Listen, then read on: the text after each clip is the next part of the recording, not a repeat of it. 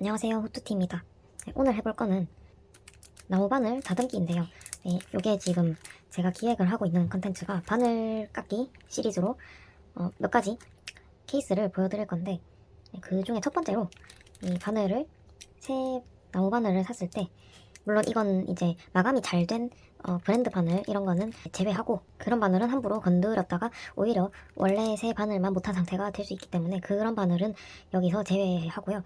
이런 중국산 대나무 바늘, 아주 저렴한 대나무 바늘을 처음 구입했을 때 여기 되게 마감이 거칠게 되어 있는 경우가 많거든요.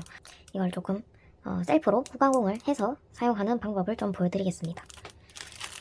요거는 제가 알리익스프레스였나 정확히 기억은 안 나는데, 요거를 20cm짜리 장갑바늘 세트를 굉장히 얇은 사이즈부터 굵은 사이즈까지 한 8mm까지도 있었던 것 같아요. 그거를 한 묶음으로 세트로 파는 상품이었는데, 원래는 제가 장갑바늘을 따로 사용을 하는 게 있는데, 보여드리면 원래 세트로 나온 건 아니고 제가 구성을 따로 한 건데, 대부분의 작업에서는 다 여기서 해결이 되거든요. 사이즈가 지금 2.25mm부터 5mm까지 이렇게 있고, 아래쪽은 13cm, 위쪽은 15cm 바늘로 웬만한 작업은 다 이걸로 해결을 하고 있는데, 이번에 뜨는 도안이 6mm짜리 바늘을 사용을 해야 되는 거라서 6mm는 제가 따로 구입을 한 장갑 바늘이 없거든요. 그래서 이거를 잘 다듬어서 사용을 해보려고 합니다.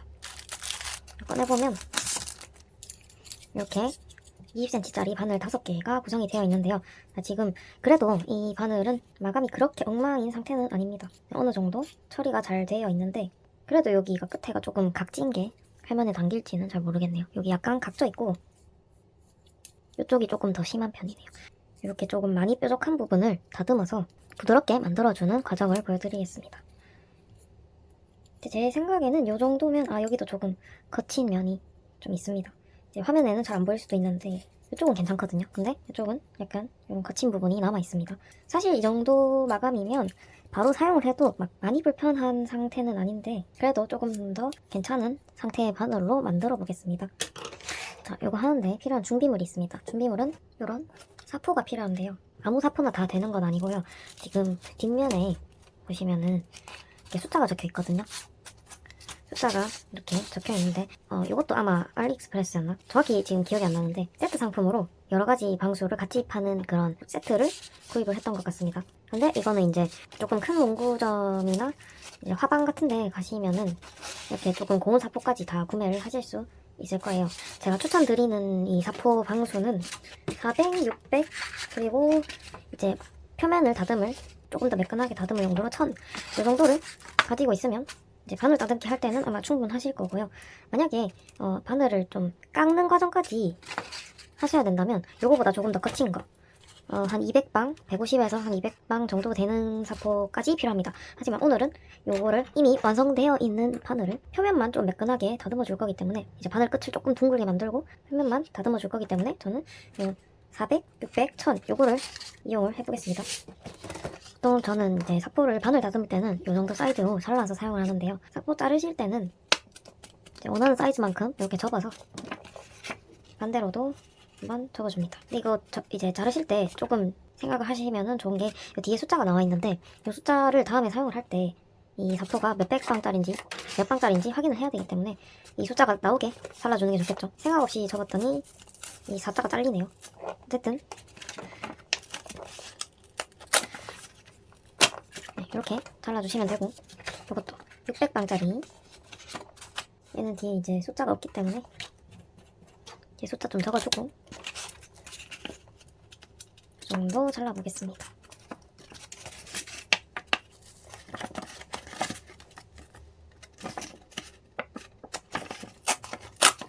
이렇게 준비를 하고, 그 다음에 또 이제 바늘 깎고 나서 코팅을 해줘야 되는데, 이 코팅을 이제 다른 바니쉬로 마감을 해줄 수도 있겠지만 저는 이제 오일로 마감을 해주고 있는데요. 이거는 주방에서 사용하는 도마용 오일입니다. 이 원목 도마 사용할 때 오일 코팅을 하는 과정이 있는데요. 그럴 때 사용하는 오일인데, 이런 거는 이제 네이버나 어디 도마용 오일 검색을 하시면 쉽게 구하실 수 있습니다. 요거는 성분이 식용 등급의 미네랄 오일인데요. 미네랄 오일을 제가 선택한 게 산패가 되지 않기 때문에 바늘 같은 거 코팅할 때 쉽게 사용을 할 수 있을 것 같아서 요거를 선택을 했습니다. 근데 뭐 오일 종류를 꼭 이거를 사용하실 필요는 없습니다. 이게 막 산패 안 되는 오일 종류면 뭘 사용하든지 괜찮을 것 같습니다. 네, 그리고 티슈 몇 장이랑 이렇게 오일 바를 때 사용할 화장솜 같은 거 이런 것까지 있으면 좋겠습니다. 그래서 먼저 작업을 해볼 건데요. 자, 여기 바늘 대부분은 크게 막 거친 게 느껴지지 않는다면 크게 건드리지 않아도 괜찮고요. 바늘의 경사면 부분과 끝부분만 다듬어 주시면 됩니다. 자, 제일 먼저 여기 제일 거친 400방짜리로 표면을 다듬어 보겠습니다. 사포를 이렇게 양면을 이렇게 이용을 해서 바늘 경사면을 감싸주고 얘를 다듬어 줍니다.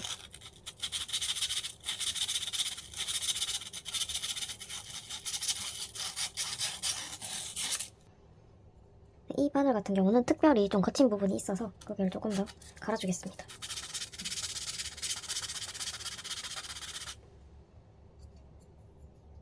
이 정도 갈아줬으면 이제 끝부분이 조금 많이 뾰족해지는데요. 이렇게 갈다 보니까 끝부분이 점점 더 뾰족해집니다. 그러면 끝부분도 같이 좀 더 뭉툭하게 네, 이 정도로 다듬어 줄게요. 지금 보시면 아직까지 꼼꼼하게 할 필요는 없습니다. 요건 지금 제일 거친 사포로 모양만 좀 잡아주는 거고 앞으로 이 600방, 1000방 사용해서 표면 정리할 거니까 그때 조금 더 둥근 형태로 만들어주기로 하고 대충 다듬어줍니다. 모양만 대충 보고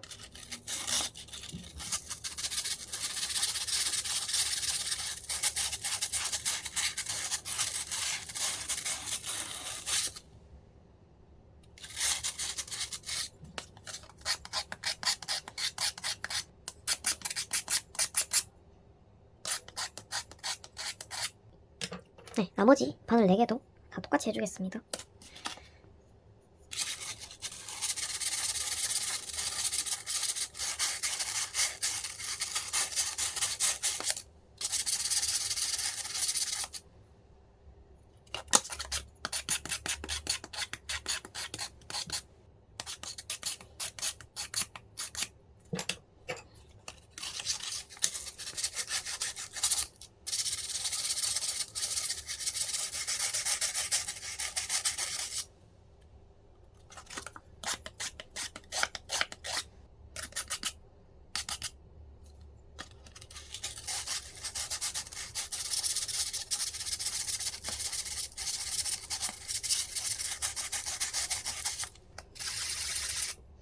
네, 중국산 바늘 같은 경우에 이 끝이 뾰족한 정도가 이 바늘 개체마다 많이 다를 수가 있는데 이것도 요 과정에서 그 뾰족한 정도도 똑같이 맞춰주면 좋습니다.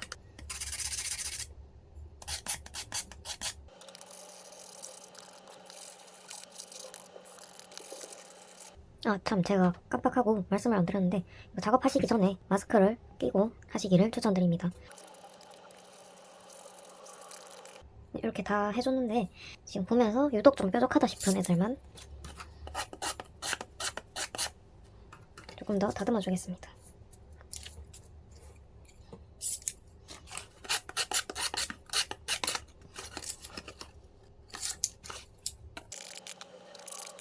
이렇게 대강 모양 잡아주고 바늘 끝에 좀 거칠게 돼 있는 부분들을 다 다듬어 줬습니다. 그러면 이제 조금 더 고운 사포로 이거는 600방입니다. 600방짜리 비교적 조금 더 고운 사포로 똑같은 과정을 반복을 해줍니다.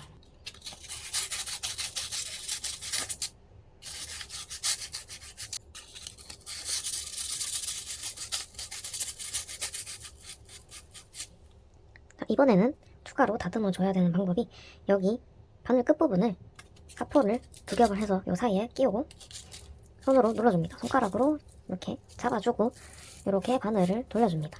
끝부분을 이렇게 잡고 돌리는 거예요. 그러면은 바늘 끝이 훨씬 부드럽게 마감이 됩니다. 이렇게 훨씬 부드럽게 곡선 처리가 되는 겁니다. 얘도 바늘 끝으로 잡고 이렇게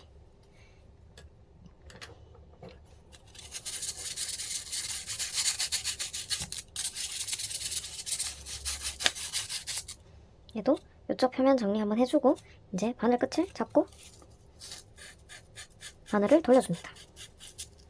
그러면 조금 더 바늘 끝이 부드러워지죠. 할 때 이렇게 잡고 돌려도 되고 얘를 이렇게 잡고 돌려도 됩니다. 그러면 여기가 조금 더 둥글게 갈리겠죠. 이렇게 돌려도 되고 이렇게 돌려도 됩니다. 이렇게 둥글게 다듬어주면서 나머지 바늘도 다 똑같이 해줄게요.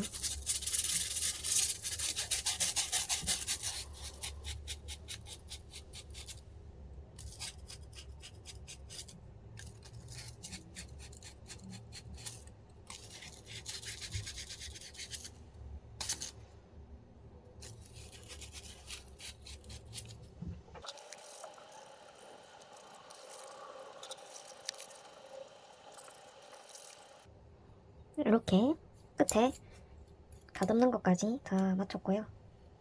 마찬가지로 쭉 보면서 조금 덜 다듬어진 게 있다 싶으면 추가로 작업을 해줍니다.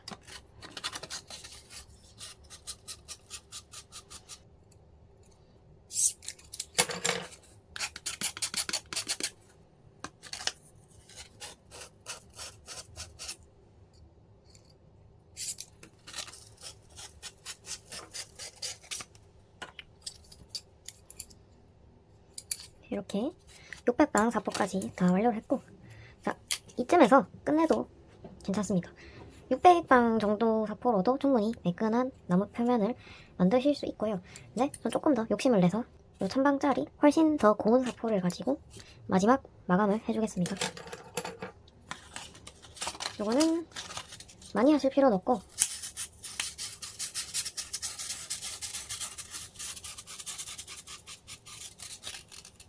적당히 돌려만 주겠습니다.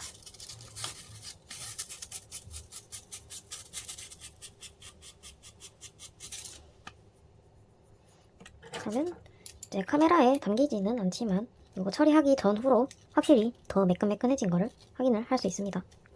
이거는 만져봐야지 티가 나기 때문에 보여드릴 수는 없고요.